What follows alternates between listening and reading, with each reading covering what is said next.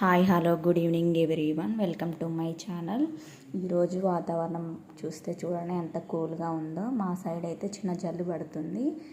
ఈ హాట్ వేడిగా ఏదో ఒకటి తినాలనిపిస్తుందని మా హస్బెండ్ అడిగారు. మనమైతే ఇంకెందుకు ఆగుతాం, ఇంట్లో అయితే బజ్జీ మిర్చి ఉన్నాయండి. బజ్జీ చేద్దామని అయితే నేనైతే రెడీ అయ్యాను. ఇప్పుడైతే లోపలి గింజలు ఉన్నాయి కదా, ఆ గింజలు అయితే తీసేయాలి. మీకు కారం కావాలంటే కొంచుకోవచ్చు, నేనైతే తీసేస్తున్నా. ఎందుకంటే మా బాబు తినరు కాబట్టి కారం ఉంటే.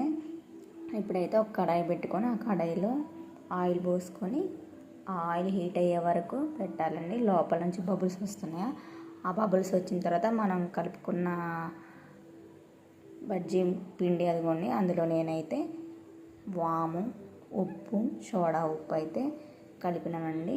ఎందుకంటే సోడా ఉప్పు వేస్తే బజ్జీలు మంచిగా పొంగుతాయి, వాము వేస్తే అరుగుదల ఉంటుంది.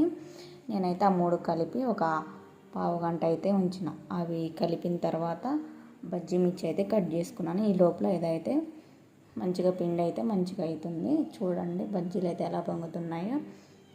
Light golden colours, brown colour కానీ గోల్డెన్ కలర్ వచ్చేసే వరకు వేయించుకోవాలండి. బజ్జీలు మాత్రం చాలా క్రిస్పీగా వస్తాయి. లో ఫ్లేమ్లో పెట్టి కాల్చుకుంటే బజ్జీలు అయితే క్రిస్పీగా వస్తాయి. చూడండి ఇప్పుడైతే లైట్ గోల్డెన్ కలర్లోకి అయితే వచ్చినాయి. అటు ఇటు తిప్పుకొని మంచిగా కాల్చుకోవాలండి. ఎందుకంటే శనగపిండి కాబట్టి లైట్గా ఉన్న కొంచెం మెత్తగా